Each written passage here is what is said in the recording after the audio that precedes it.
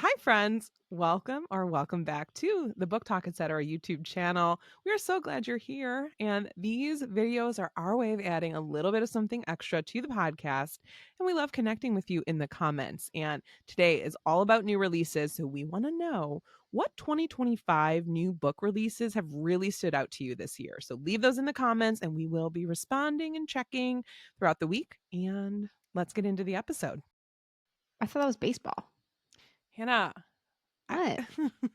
It's football season, isn't it? So I wish we were recording because we just hit record. We are recording. Well, we are now, and I'm going to tell everyone what you just said. I said, "Oh, good, the Cubs won. Now we can record." And Hannah goes, "Wait, that's football?" And I'm like, "No, it is baseball, but they're in the playoffs." Okay. They're in the playoffs. But I appreciate that the first time I was like, "The Cubs win." You're like, "Yay." Oh yeah, Like, full support. If you're happy, I'm happy. I love that. This is a big deal because they are in the playoffs and they are losing to the Brewers. They're down 2-1 in the series, and it's a best of 5. So I believe they will again play tomorrow at 8 p.m. and I will be on the edge of my seat with my fingers crossed. Me too, girl. Go Cubs, go. Okay. Thank you. There you go. Now, listen to me. If you're listening to this podcast and the Cubs end up losing and you decide to troll me, I'm going to cry. So please don't. Just know that I'm very invested. Tina. Don't troll me. She's a nice lady. All right. I am a nice lady. Put that on my tombstone. She was a nice lady. Yeah, there we go.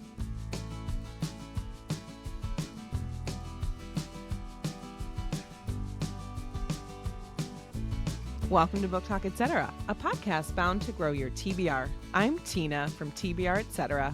And I'm Hannah from Handpicked Books. This is a conversational podcast about books and more from two Midwest mood readers who are easily distracted by new releases. And this week, we are leaning into new releases and sharing our thoughts on some new titles that we've read. If you enjoy listening, we'd love for you to follow us on Apple Podcasts or your favorite podcast app. And if you have a quick minute, please consider leaving us a review on Apple Podcasts or sharing us on social media. It truly helps us connect with other book lovers. Hi, Hannah. Hi, Tina. I would ask how you're doing, but I already know because the Cubs just won. Yes, so I'm doing great. I'm doing fantastic. Listen, they played decent. I'm going to need to see a few more runs in upcoming games. Let's hope by the time this podcast drops and the people are hearing it that they're still in They've won again? The playoffs. Let's hope. Well, yeah, they only play if they lose on Thursday, they're gone. It's a best of 5. Listen, let's just hope they're still in it. So for those of you, I believe too. And so for those of you who cannot see us right now, you should know that it is nighttime. It is the nighttime. It's the evening when we're recording this. And so we're going to be maybe a little bit loopier than typical. So just hang with us. I think it'll be a good time. Luckily, we are talking new releases, which of course is one of my favorite episodes to record.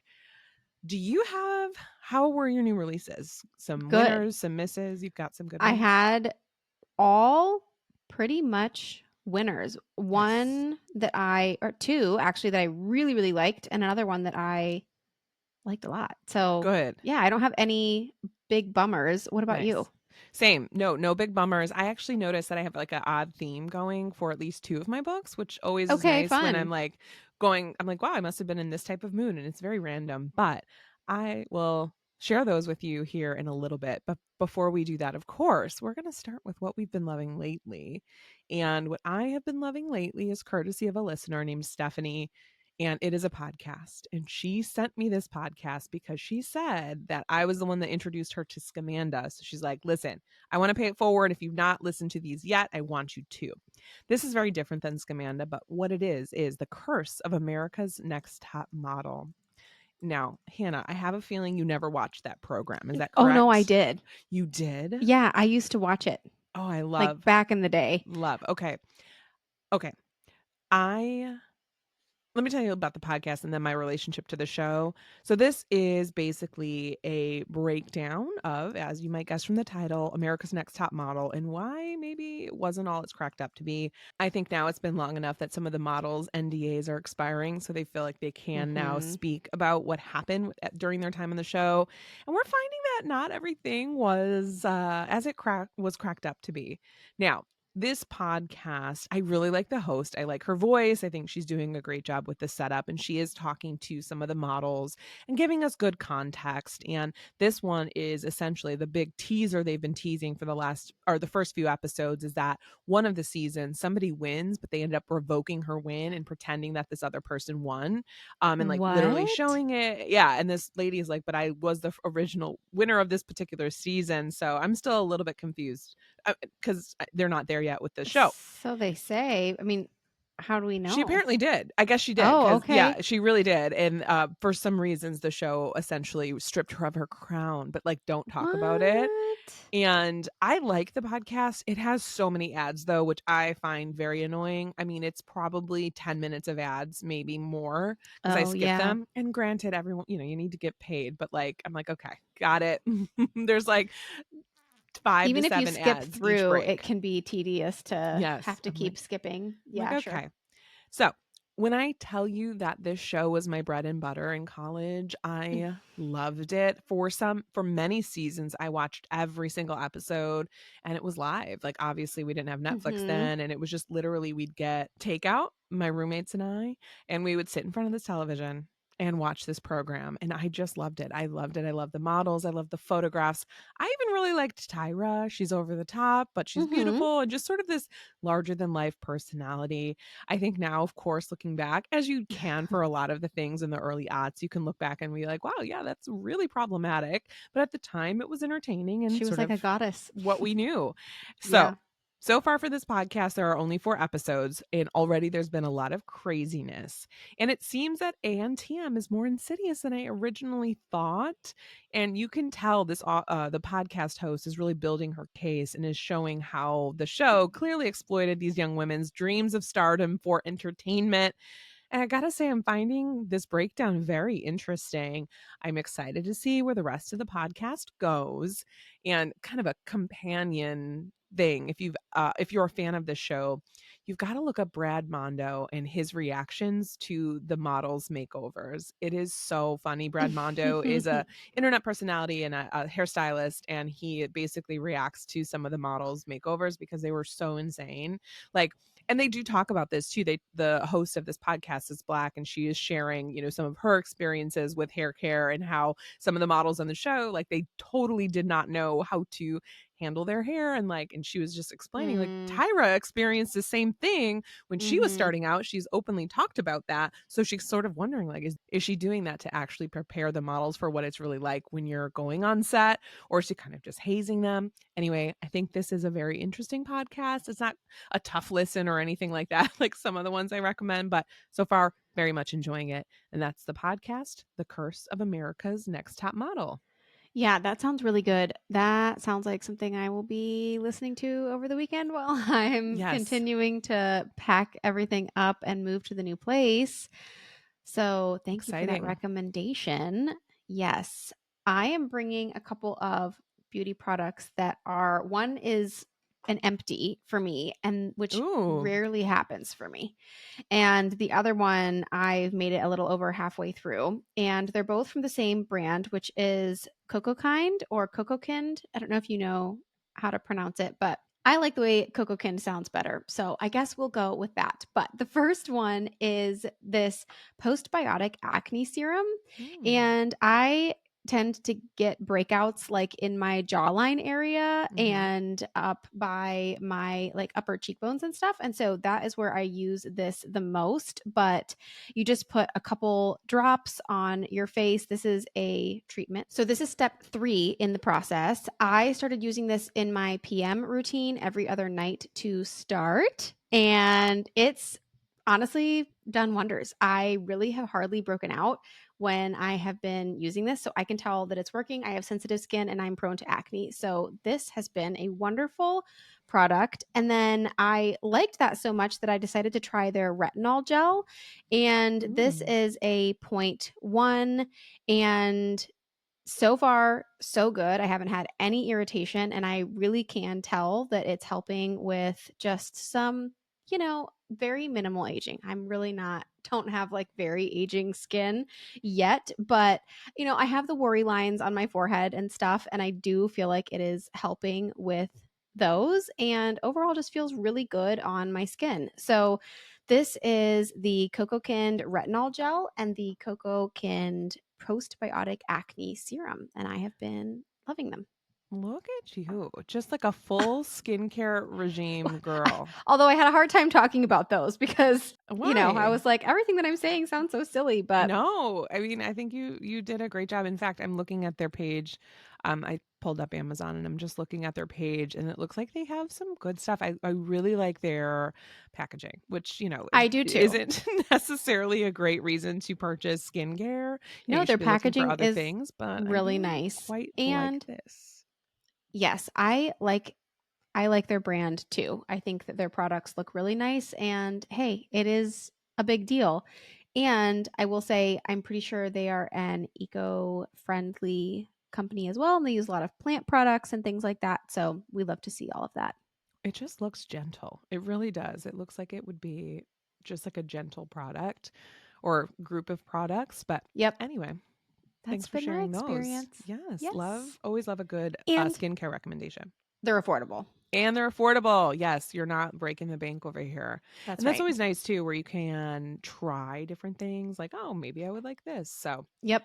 cool. I love it. Well, I will get us right into our latest reads. And I'm bringing Discontent by Beatrice Serrano. So, this book here, Discontent, first of all, I did not end up bringing it to our September books on the radar, but I thought about it because I remember thinking this cover is insane. It's a woman who there's two chairs stacked on top of each other. She is in business casual wear. She's wearing slingback heels and I don't know how to describe it. She's like slumped over the back of her chair facing the wrong way, and her butt is poking out. She's kind of just like over it. One of those women lounging on cover moments. And this was a book of the month pick for last month. And what I thought was interesting, I was looking it up. They placed it as a part of their series called The Collection. And they only have 3 of them so far, but apparently they intend to have books in this series called The Collection that are from independent and international imprints that are a bit Hmm. further afield than their typical selections, which I thought was interesting. And they call these books unexpected, nuanced, and even provocative. And I would totally agree with that describing Discontent, because this book is about Marissa, who on the surface looks to have an enviable life. She lives in a beautiful apartment in the center of Madrid. She has a hot neighbor who she sleeps with no strings attached, and she's rapidly risen through the ranks at an advertising agency. And yet, she is drowning in a dark hole of existential dread induced by the expectations of corporate life. Marissa hates her job and everyone in it. She spends her working hours locked in her office, hiding, binging YouTube videos, and taking Valium. And when she does have time, she escapes to her favorite museum where she contemplates the meaning of life and tries to get hit by a car so she can go on disability. And I'm smiling because this is funny. Like it really is a funny book that says that says things that I just was not expecting. And she in this book she doesn't want to rise up the ranks at this advertising firm. She just can't help it. They keep promoting her, and she's like, "My God, why are you doing this?" And so now she has college interns beneath her, and she basically gives them her projects and passes it off as her own. And now she is forced to go on her company's annual team building retreat. They're going on this retreat. It's in the Spanish mountains, and she's just not into it. Like she hates again all of her coworkers, and she is finding that she's very haunted by a past coworker. And she's starting to have these remembrances of this woman that she used to work with, and it's kind of messing her up a little bit. And she's like, the entire book, this whole book, she's right on the brink of absolutely crashing out. Like she's just right there the whole time. And you're like, oh, what are you going to do with this? I have worked in an office for my entire adult life, so I could resonate with a lot of this. This is darkly funny, and although at times I just wanted to shake Marissa, I could understand where she was coming from because what is it all for at the end of the day? You know how, like, sometimes you're paying attention to the news and what's going on in the world, and you're like, well, back to click Mm, clacking. Like, it yep. just feels like, okay, it's just so silly sometimes. And I Mhm. swear that's what this book unpacks. This had a great balance of social commentary, sincerity, and a lot of humor. But I will say there's some serious elements that are brought up and introduced. So just know that. But there's also this retreat that takes place at the very end. And the ending really satisfied me. We'll just leave that there. I think this one will appeal to those that are maybe a little too familiar with office life. Overall, I do recommend it and I enjoyed my time with it. This was Discontent by Beatrice Serrano. Yeah, that sounds really good. And I'm glad that you picked that up to tell us about it.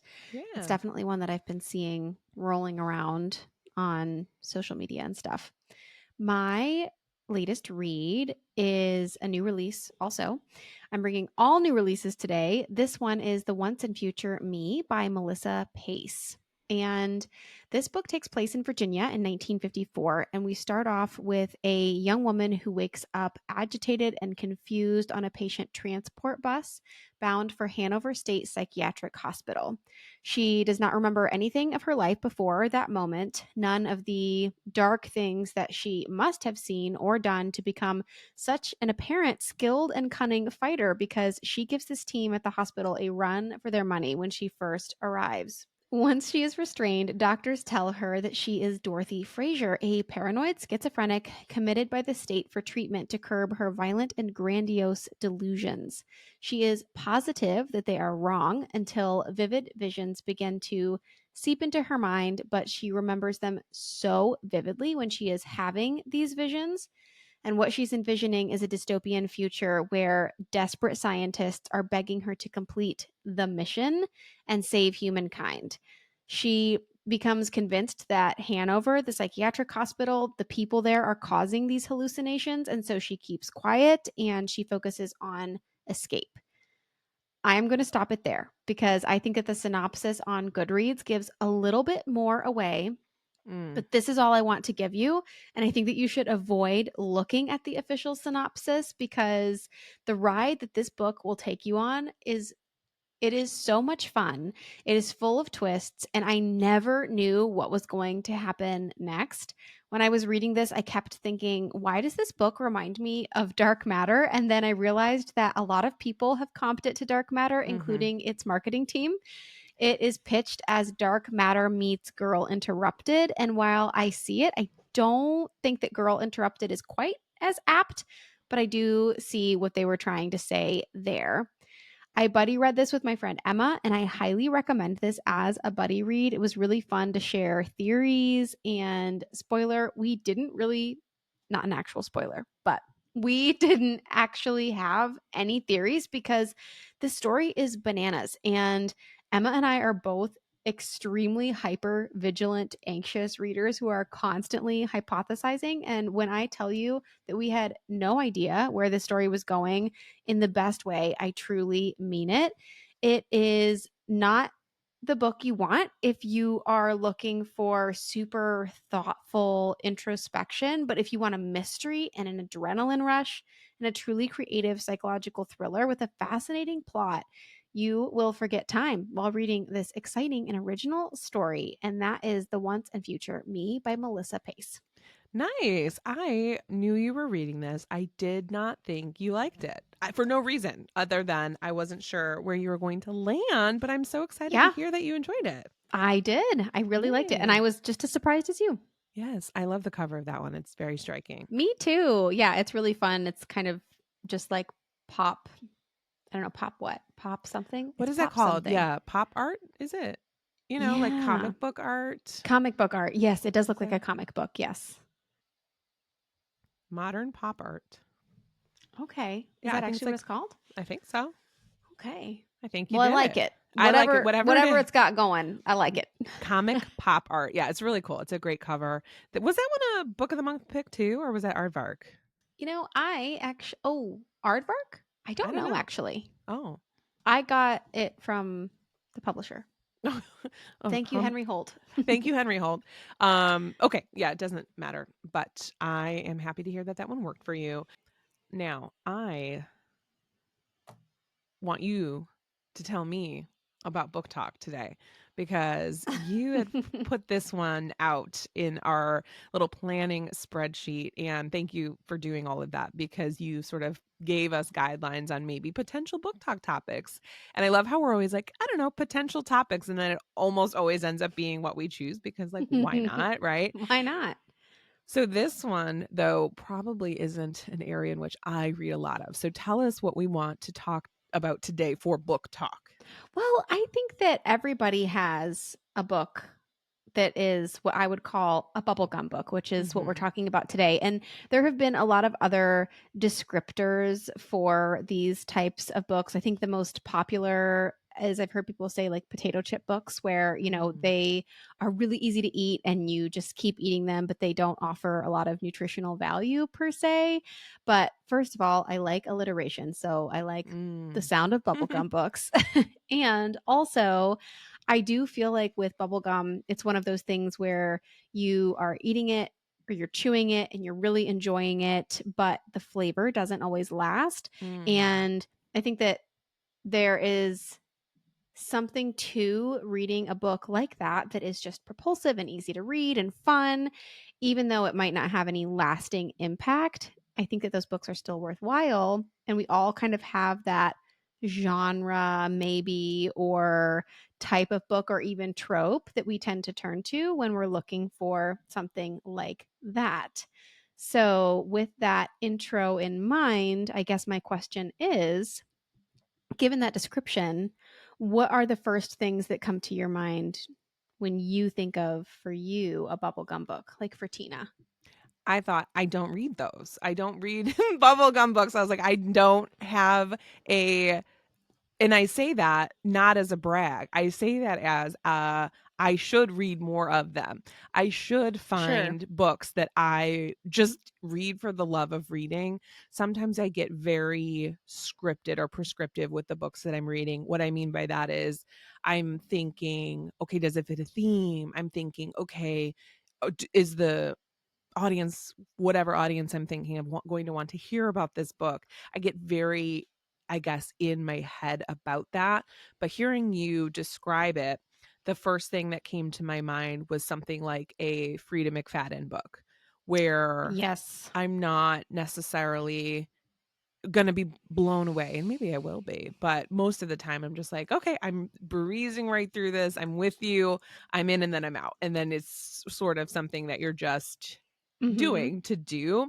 And I really do need to read more of these because I think there's something to be said for just reading straight up for pleasure without writing down your thoughts or over analyzing some of the, deeper themes. And I really do like doing that, but I probably read books, or I should say maybe force myself to finish books that are not as entertaining as they could be.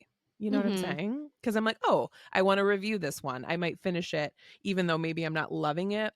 Um, so I don't know if that's a great answer or not. But hey, that's what I've got for you. No. Um, Tell me more about what you consider bubblegum reading, Yeah, I bubblegum think that books. that is a great answer. And it also makes sense with you and your reading life and kind of how you even choose the books that you're going to read next and things like that.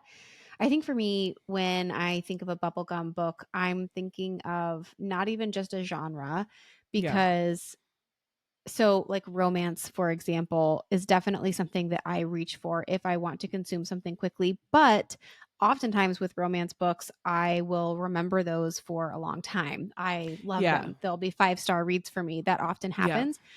But if I am wanting something maybe a little bit more light or not heavy, or even something that I don't have to pay super close attention to, I think of like a cozy fantasy romance like Legends and Mm. Lattes by Travis Baldree.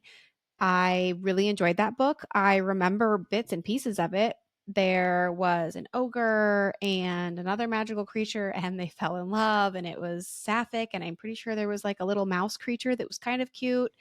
I don't know if it was a mouse. My point is, the details are fuzzy, Yeah, yeah. but I remember it being cozy and wonderful. And it's one that I really enjoy recommending, but it didn't stick with me. It wasn't like a 5-star favorite or anything like that. I swear to you, I okay. I'm excited because I do have one today. I'm really pumped because and I didn't even pick it on purpose, but I realized when I was putting together my notes, I was like, "Oh my gosh, I have an example of what I would consider this." So, I bet you I just hadn't considered this previously. And so now I'm going to look back at the books that I have finished because it's not like I'm sitting here reading all, literary masterpieces. And I don't even think like you said it's all about the how well constructed it is because I think there are books that can be poorly constructed that are bubblegum books, but also really well Uh-huh. constructed that are bubblegum books that just don't maybe have that staying power. And that's not its intent. That's not the intent of the book. I do think that Frida McFadden is a perfect example as someone who's a thriller writer, and not all thrillers are like that, but I do feel like Frida is the perfect example of a bubblegum type thriller. They Yes. are just so easy to read. There is something so addictive about her books. You can't stop reading, and whether you love them or hate them, Hmm. you're going to read those in a day or two. You just can't And stop. that's going to be my goal as we finish out the year. I want to turn to more bubblegum books that are just fun to read and, just you reading for the entertainment value. Because I'm Yes. like I'm down in July and I'm like, nope, haven't read a bubblegum book yet. Here's one. Okay. The Retirement Plan by Sue Oh, yeah. Hinsenbergs. I would consider maybe a bubblegum book. We did that for our in-person book club and I didn't even bring it to the show because I didn't have much to say about it. I was like, it was fine. There was some Yeah. hijinks. Okay, that's a good example. Okay. Because there are some hijinks and like the wives try and kill their husbands, but the husbands don't know it and they're trying to whatever. I can't even tell you what it's about, but I know that rated it 3.5 stars, and I was fine when Yeah. I was reading it. I had a good time, but didn't even bring it to the show because I was like, I don't want to recommend this because I don't necessarily have much to say. But you got Okay, through it quickly and it was but I kind of got through fun it. It was and you don't good. regret reading it. Right, right. It wasn't like a non-recommendation. Yeah. God, poor Poolside me, reading. poor me. All I What? read are books that are that are like weird and just intense and messed up that are going to mess with your psyche or yeah, there's some in here that I'm looking now that I'm quickly looking through that I'm like, okay, maybe But do you that. enjoy your reading life? Oh, of course I do. Are you Then that's all that joking? I'll matters, read girl. anything, babe. I'll read I'm happy as long as I'm reading. So, that's how I read. There you go. I don't think there's anything wrong with what you're reading. No, but I do think I would like to include maybe more commercial fiction now and again, meaning Uh-huh. books that Okay. I know are going to have wide appeal. Like I know that I'm going to and it's almost one of those where I know it when I see it. Mm-hmm. Maybe picking up a book where I'm like, okay, I know somebody reads, maybe 10 books a year, but I would think if they grabbed this one that they would enjoy it, that they would Mm-hmm. enjoy the reading experience, but they don't take it as seriously as you and I do in terms of their Sure. reading life. Yeah. Hmm. Fascinating. Do you have any other authors that you would consider that you maybe turn to or any authors that are, sort of in that range?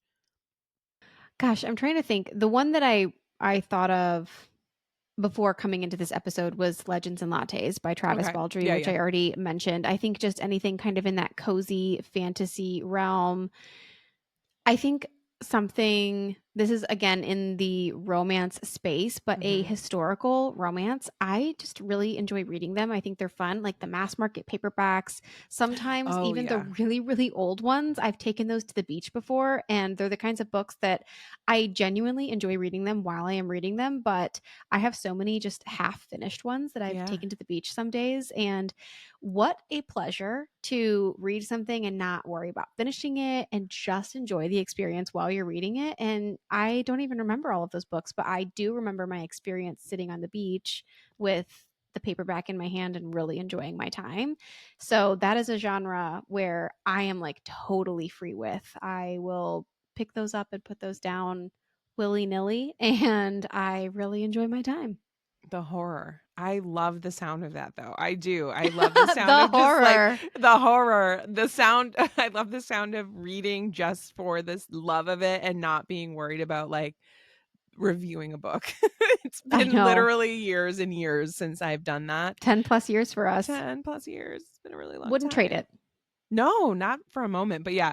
So it's interesting. I am curious. I've never heard this phrase bubblegum books before. So to the listeners, if you have examples of bubblegum books, what comes to mind? You know, is it romance? Is it a popcorn thriller? Because initially that's what I was thinking is a popcorn thriller. And I do think some of those can fit the bill for this.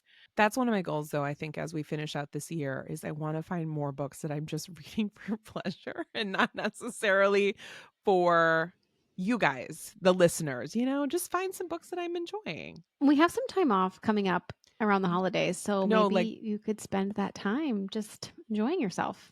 okay, Not that you don't. I Not do that enjoy you don't. myself. My But problem is I like to work. Like I like to read and I feel like know. I'm like, oh, I a know. little list, ding, ding, ding. Like it's like a problem in my head. But it does sound nice to just, you know, read for the pleasure of it. Now, listen though, I don't mean to freak you out. I don't mean to freak you out, but we literally only have, I mean, Like after 6 weeks left. no, yes, so we literally only have 2 more episodes that are theme-based. And then after they're either books on the radar or easily distracted by new releases or our end of the year And end of content. year content. We only have It's exciting, 2 guys. more themed episodes for the rest of 2025. I'm actually honestly excited. I'm Are ready for you? this year to be over. Are you? You're like, keep it moving. I feel you. No, listen, nothing wrong with that. It's just freaking me out how quick it's gone. At any rate, like I said, let us know what your bubblegum books are. And I do love an alliteration, like you said. That is like, Yes. love that. That Whether it's was potato clever. chips or bubble gum, you let us know. You let us know. You let us know. All right, so let's get into the list. Now, my first book, I do think would fall into the genre of bubblegum book. Okay. Okay. Yeah. Okay. It's Tell, like, tell me right? about it. Right? Tell me. Would you like to know about it? Okay, I well. do. I want Okay. to. It is so unique. It is called Several People Are Typing by Calvin Kasuki. Oh, Do you know yes. this one? Okay, I do know this one, but I have never read it. But I have had so many of my friends tell me about it. I cannot wait to hear what you have to say. Yes. So this is unlike anything I've ever read. It is another workplace novel, and I certainly did not mean to bring 2, Oh, funny. but this one is a workplace novel told entirely through Slack messages. Now, I know Hannah is familiar with Slack, but in case you are not, Slack is essentially an internal messaging system that many companies use. You've also maybe heard of Microsoft Teams or whatever. If you're old school, think AOL, America Online, you know, IMing people, except it's company wide and you could have different channels and different groups, also similar to Discord. So if you are online at all in any of these sort of virtual spaces, you might enjoy this, but it is about Gerald. And Gerald is a mid-level employee of a New York-based public relations firm. And somehow he has been uploaded into the company's internal Slack channels. That's right. His consciousness now is in the Slack server while his body is still at the house. And he just keeps saying, hey guys, I'm stuck in the Slack channel at the beginning. And everyone's like, okay, whatever, Gerald. Like, just go be Gerald, you Well, know. who would believe that? Who would believe that? What do you mean? He keeps saying it, and they're like, I don't know what you're talking about. However, his colleagues are like, okay, you're just trying to exploit our new work from home policy and you're ruining it for the rest of us. But Gerald's productivity is through the roof because guess what? He doesn't need to sleep because he's no longer in a body. And so his bosses are like, awesome, you're doing great, Gerald. Keep up the creativity, work wherever you want to. And so he is naturally freaking out and he enlists the help of his coworker, Pradeep. And Pradeep, he gets him to believe him basically. And he sort of, you know, is like, hey, just do me a favor. If you think I'm crazy, go to my house and see if I'm there. He does. The body's there and Gerald's still slacking. And he's like, what the hell, dude? And so he ends up getting Pradeep to believe him. But then the longer he stays in, I mean, this isn't just like overnight. He's there for several days, if not longer. And he sort of starts to lose it. So This is a book that is absurd. It's surprising, but oddly relatable, especially again, if you've worked in an office or have some of these office cultures, office rituals. So, one of the things this book does, and do not do this on audio, by the way, this will not at all work on audio, just do print. I did the ebook or the print book, either would be fine because you'll see. I mean, if you did the audio, it would be like Gerald, blah, blah, blah, Pradeep, blah, blah, blah. Like you would have to hear their names over and over. Whereas my eyes were able to just skim over that because I'm used to reading messages in that way. And they also use a lot of emojis in this book. And one of them was called Dusty Stick. And I was like, what does this mean? And they do explain in the book why or how they use Dusty Stick. And I'm like, is this Hmm. real? So Hannah and Jonathan and I use Slack to, communicate about the podcast. And so I was like, let me just see. And I typed it in there, Dusty Stick. And wouldn't you know it, Dusty Stick is one of the emojis or emoticons that you can use in Slack. So this book is really clever. I think the author did some very interesting things. And I was shocked at how heartfelt he was able to make this book because it truly, I'm like, what do you mean, right? This guy gets uploaded into the Slack server. It sounds pretty ridiculous. And to be fair, it is ridiculous, but it's also very heartwarming and it was a good time. I call this a bubblegum book because I flew through it in no time at all. It was one of those books that and this is where I've just figured it out. This is my time to shine. This is where I need a bubblegum book is before bed. Because I have one eye open and I Yes. have to have my phone in my hand. I fall asleep with Amen. my phone and my little book in my hand every single night. And I have Uh-huh. to I got one eye open. But You this pirate one I eye was in it. actually able to, some of them don't work, some books don't work well in that format. This one worked really, really well. If you've never used Slack, I don't think this book would work for you. But again, if you are a worker bee like me and like books that explore office culture and office dynamics, you could have fun with it. This book really made me laugh and I enjoyed it. That one is Several People Are Typing by Calvin Kasuki. Okay, I knew that this book was strange and different, but I don't think I knew quite to the extent that it Mhm. was. It sounds like almost goofy, like, It but it not. it's But, it is. It is, and then there's where you're also just like, some. what? I'm like, "What do you mean you're in the server?" And And some of it. can you imagine a friend being like, I need you to go to my house and find my body while you're slacking me? Right. I mean, can you imagine? Right, and that's what I like about it because 'cause I'm like, "How is this person" he was able to take this story that sounds so absolutely ridiculous and make it believable enough to where you're like, "Yeah, sure. Yeah, he was stuck in the Slack server. I don't know. Sounds good to me." So, it was a good time. Sure. Okay. Well, I don't have any clever segue into my next one because it is pretty different. And it is The Scammer by Tiffany D. I'm Jackson. so jealous. Tell me everything. Okay. So Jordan is finally out from under her overprotective parents, and she is ready to crush it in pre law at a prestigious historically Black university in Washington, D.C. But her first semester takes a wild turn when her roommate's brother, who is fresh out of prison, ends up showing up on their dorm room sofa. And Devante says that he just needs a place to stay while he gets back on his feet. And Jordan is hesitant to say no because this roommate is a new best friend and she wants to keep things cool with her roommates. Devante is older, he's smart, he's ridiculously charming, he's handsome, the kind of guy who seems to have advice for everyone. But the more that Jordan gets to know him, the more she suspects that something darker is hiding beneath his easy charisma and growing influence on campus. And when one of her roommates disappears, Jordan teams up with the university's lone white student to uncover what is really going on before she gets caught in a web of lies that is far more dangerous than she ever imagined. I was surprised by just loving the campus setting of this one. It seems like such a dark and sinister novel, so I wasn't really expecting that like campus setting, but you totally feel that at the beginning of this novel and I loved that for this time of year, early fall. This is such an ideal October read. It is not too heavy even though it has again some darker themes, but it carries that perfect just a little bit spoopy or creepy vibe without being super scary. It is narrated by January Lavoie, and she does a fantastic job bringing the story to life. Did I say something bad? Spoopy? Spoopy. Yeah, it's like Spoopy? less scary than spooky. Oh, spoopy. Spoopy. Sorry. Like, No, that's okay. what? You made a face. I was like, did I I say something did. inappropriate? Spoopy? Okay. Spoopy. My first thought reading this story that I put into my live reading notes was this feels like if Jordan Peele did Legally Blonde. The Fantastic. narrative, yes, fantastic. The narrative captures that really unique blend of horror and satire, making it both engaging and fun, but also reflective.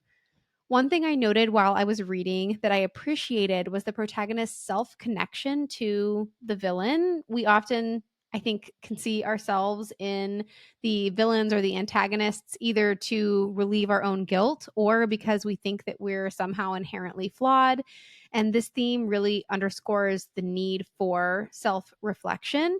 And I don't know if this was wholly intentional, but I did pick up on this, especially in the beginning with our main character, Jordan. And I just thought that it was interesting. The villain, Devante, is really well done. He comes off as inspiring with really powerful messages, yet there is a difference between saying the right things and actually being a good person. And Devante has this way of twisting true narratives to suit his own agenda, making him both compelling and really dangerous.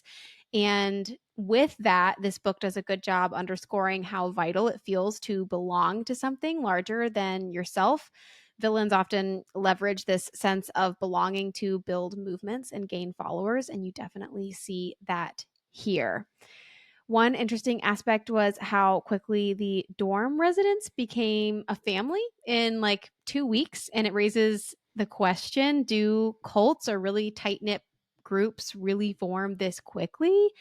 While it was a book, the fast paced development was quite noticeable. So I was like, I wonder if that was intentional, where these people just like all of a sudden got really, really close, or if that was just something weird that I noticed and maybe I shouldn't have put so much focus on it. But overall, this book offers a unique mix of suspense and social commentary and character study. And I thought it was a perfect read for fall. And that is The Scammer by Tiffany D. Jackson. I need to read that ASAP. I love Tiffany D. Jackson, and I think it sounds. I love the setup of I this. I think listened it to it in a sounds really day. good. Oh, I'm I mean, sure. super easy. I'm sure. And I love January Lavoie too as an audiobook narrator. Yes. Now, you asked the question, did they basically bond this quickly? And Jonathan and I over the weekend had dinner with my college roommate and our dear friends from college. And one of them, her name is Nina. She was one of the first people I met other than my roommate. And we literally walked up to each other at orientation. And I was like, hi, I'm Tina. And she's like, hi, I'm Nina. And we just like immediately were like, are we best friends? And everyone would just say our names together because they just rhymed Tina and and it was Nina. just a thing. And I swear to you, instantaneous, like just immediately. I was like, yes, obviously. So I can see that happening. Now, Totally. we weren't in a cult, needless to, although we were in sororities. So I mean, Sure. very Yeah. similar to cults, but not exactly the same, I don't think. Yeah. And this is not what I would call like a cult book. You just have this antagonist who is a speaker and he's like bringing Yes. people in and, Yes. he's an influential character. Hmm. So it's not a cult per se, but it definitely has those notes, if you No, will. I feel you. And now, was this heavy?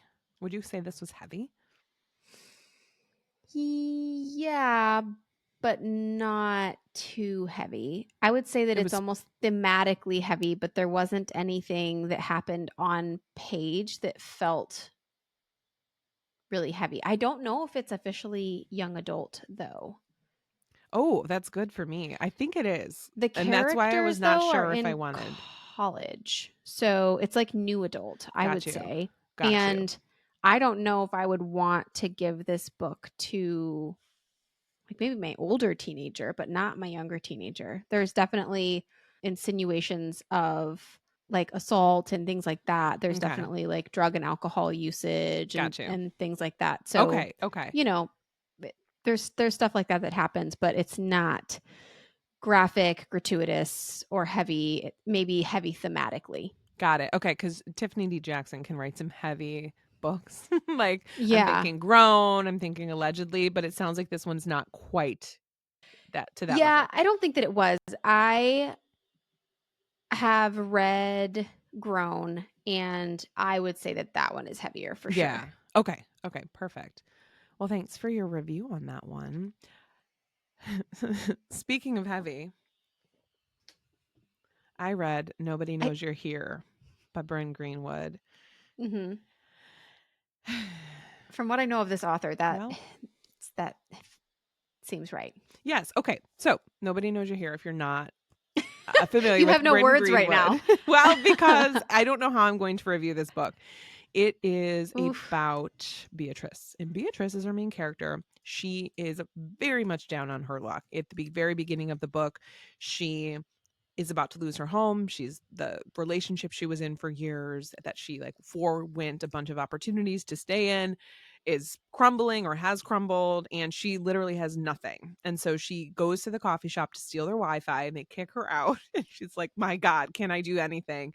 And then this woman comes up to her and is like, "You look like you need some coffee." She's an older woman, and she's like, "Can I buy you a latte or whatever?" So she's like, "Great, please, that would be wonderful." And when she does, this woman takes Beatrice, into her car. It's raining, whatever, and she's like, "I also know somebody that has this job XYZ."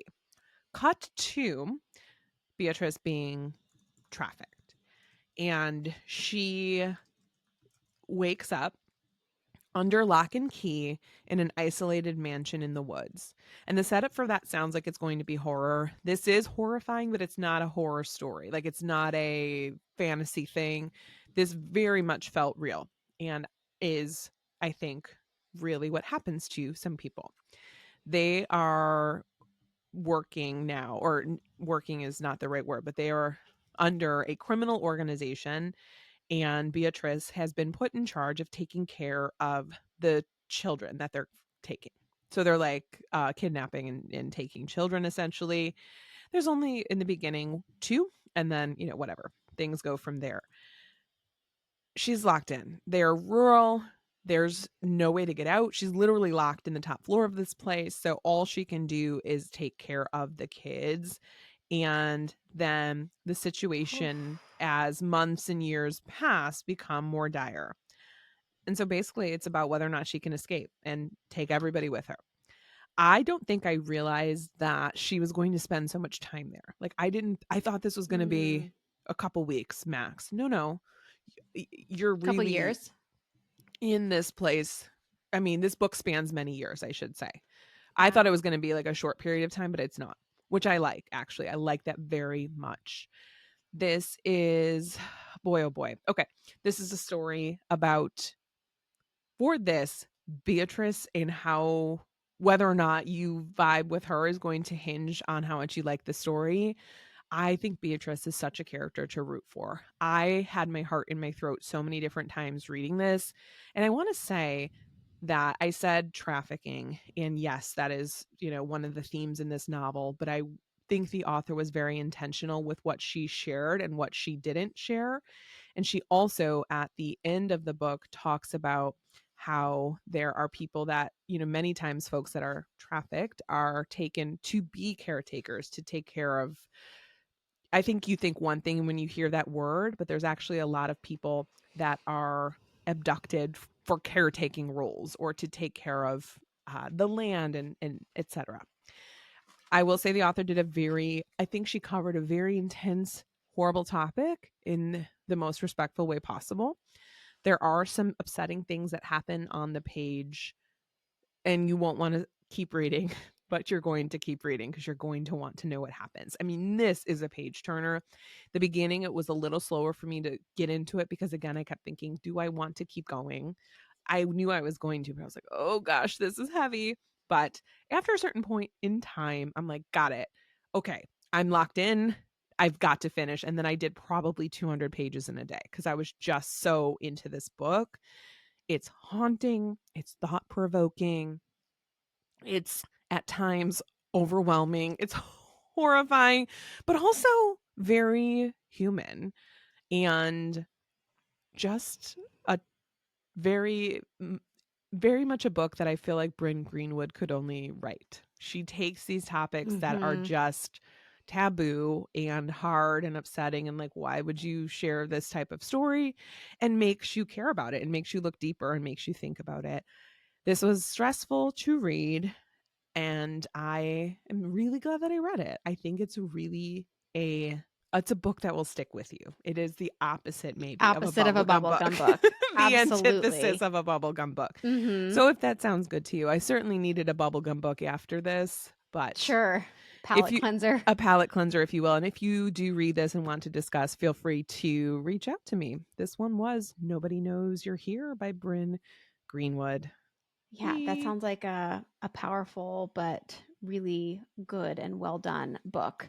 I would agree. It reminded me of, and I'm going to plug it here and I will link it in our notes, a company or an organization, I guess I should say, called Thistle Farms. And it's a really cool nonprofit social enterprise that is dedicated to helping women and people survive and recover from trafficking and addiction. And they do Oh, this by providing a safe place to live, a meaningful job, and a lifelong sisterhood and community of support. But they have really wonderful products and candles and mugs and things like that that are made and developed by these women and wonderful people. So, anyway, if that's something that you amazing. want to look into and support, I'm going to link it in our show notes, but you brought it up, so I Oh my thought I would go ahead gosh. and plug that. I am so glad you did. Yeah, I'm on their website now and it looks wonderful.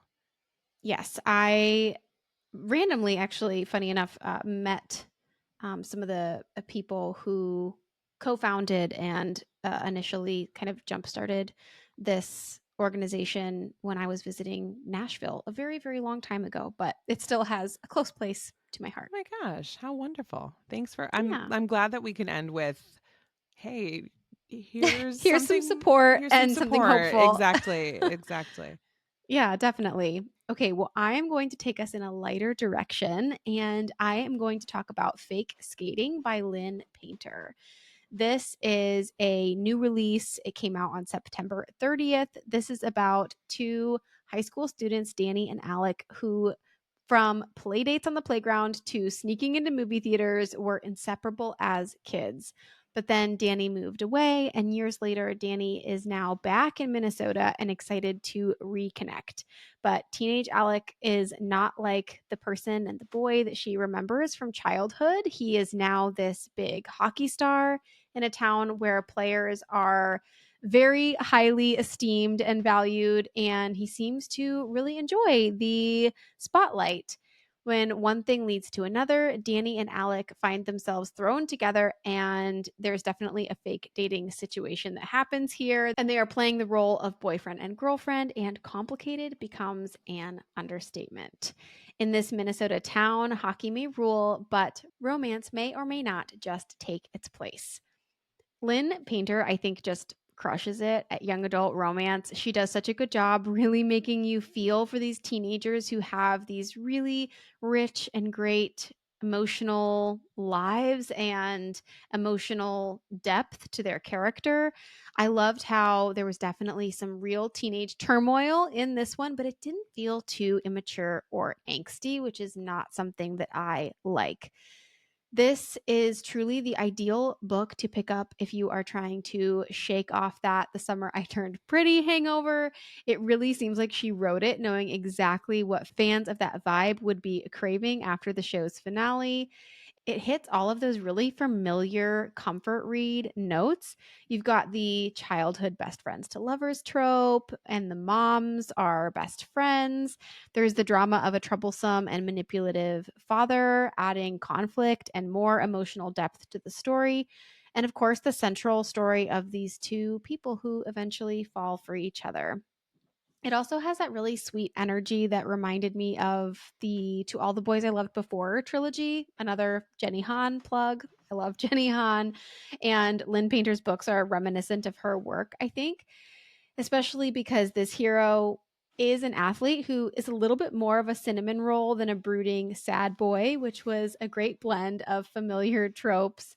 If you like a young adult romance that has a third act breakup that actually feels necessary instead of forced, this is a must read. Basically, if you are looking for a perfectly packaged, comforting romance centered on childhood best friends, you should grab this. And that is Fake Skating by Lynn Painter.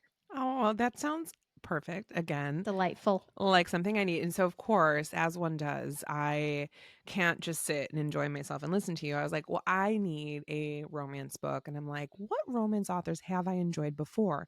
And I remembered Kennedy Ryan exists. And I was like, wow, I really like Yeah, Kennedy she's Ryan. good. I loved Real. That one I gave 5 stars. And I'm like, oh, what other books does she have? And then apparently my Amazon tells me that I ordered a book called Long Shot, a forbidden basketball standalone romance in January Mhm. of 2023.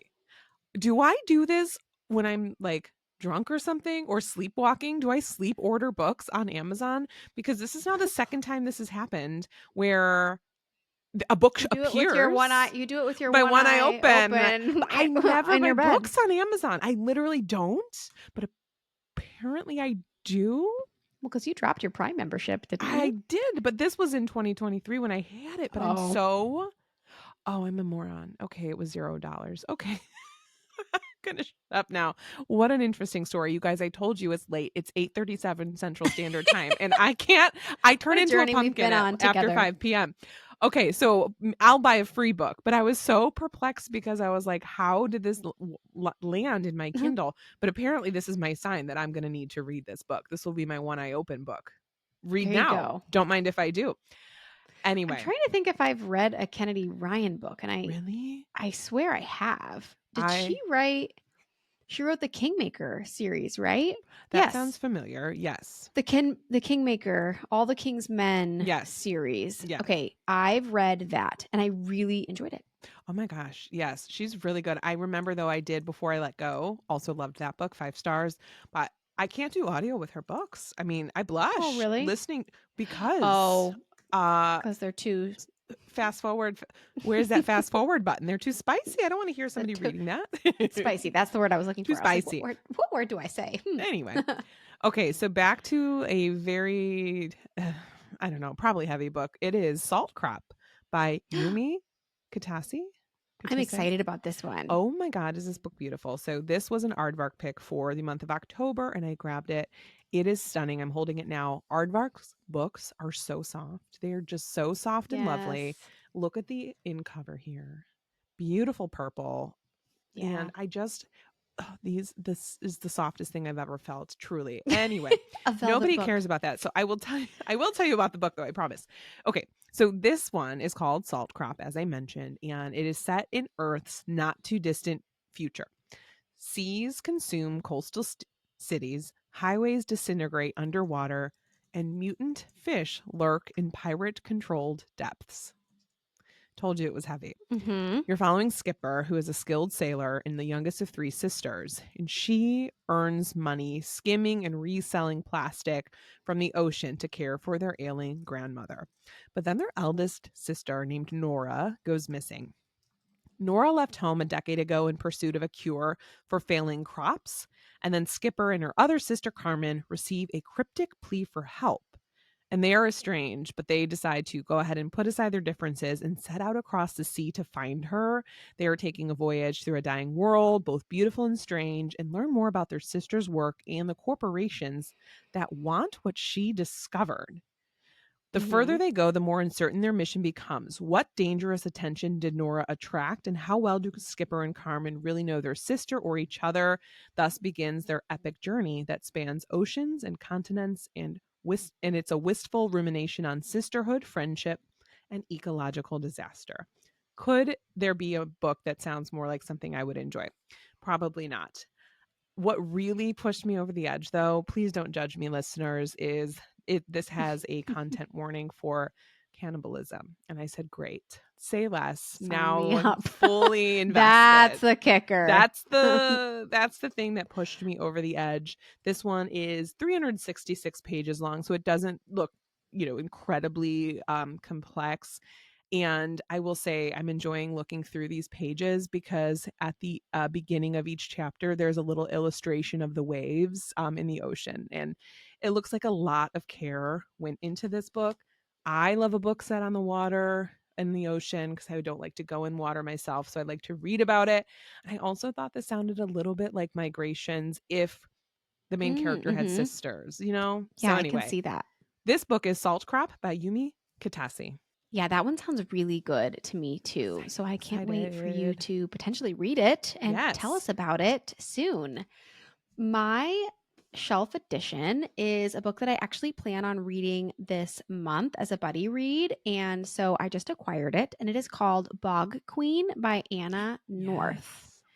Okay, wait, have you read this one? No, but I have books that are earmarked for you in my mind. I do this all the time subconsciously, and I Really? earmarked this for you. Yes. I don't That's know really why. cute. I do. I just am like, got it. Might be a Hannah. I don't know. Oh, earmarked it like you note it. Like Hannah will probably read that and bring that to the Or show kind of a no, thing. that, but I just think Hannah would like this. And then I Yeah. keep it moving. No, I do that too with Yeah. you all the time. Or like even when I'm book shopping, I'll Oh. be shopping for things and I'm like, oh, that's a Tina book. Should we share it with each other instead of just thinking this in our head? We probably should, but it's Right. sometimes it's so hard to like get your phone It's just out. fast. Yeah. And It's just fleeting. I'm like, oh, Hannah. the, Anyway, the moving one on. time that I did do it with you, and then I Yeah. promise I'll tell you about the book. Yeah, But the one because time I did do it with you it was was to torment wings. you. So listen, I'm a Thanks. youngest daughter. I can't help it. I'm a I was gonna say a bully. I'm not a bully, troll. but You're I'm a a troll. troll in your I'm a core. troll. Okay, well, let me tell you about The Bog Queen by Anna North. This book starts out when a perfectly preserved body is discovered in a bog in northwest England, and American forensic anthropologist Agnes is called to investigate. The bones date back over 2,000 years, drawing her into the mystery of an Iron Age woman whose story feels eerily connected to her own. Agnes ends up navigating tensions between activists and the land itself, and she is forced to confront her beliefs about identity and purpose. Moving between post Brexit England and ancient Celtic Europe, Bog Queen explores the link between two women centuries apart who are bound by the power and mystery of the earth. I just love an archaeologist component to a story that cannibalism too, for me, for sure. But also, if someone mentions like archaeology as a part of the mystery plot, that is fascinating to me. This is coming from someone who watched the show Bones from start to finish, also. So I don't know. And I also love that this is taking place in England and has like a Celtic vibe to it, also. All of that just sounds really good to me. And I am excited to pick that up this month. And that is The Bog Queen by Anna North. That sounds really good. And I don't think I knew what it was about other than I was like, oh, I didn't know all those nuances. I was Yes. going to say other than, oh, there's a bog, but obviously. Anyway, I do think it's time for me A bog. to hang up the mic for tonight. I think we gotta go. I think we gotta go. I think we did. We crushed it, like Hannah says. But that is it for today. We thank you for spending a part of your day with us. Links to all the books mentioned can be found in the show notes. And if you enjoyed today's episode, you can help us by following wherever you listen and by leaving a review on Apple Podcasts. It helps us get our show out to new listeners and grows our audience. And don't forget, if you'd like access to exclusive bonus content and community, you can join us for $5 a month on patreon.com/booktalk.etc. If you'd like to connect with us, you can email us at booktalk.etc@gmail.com. You can also connect with us both at Booktalk Etc. on Instagram and on YouTube. You can find Tina at TBR Etc. and Hannah at Handpicked Books. Talk to you next week, and in the meantime, remember, everything's better with books.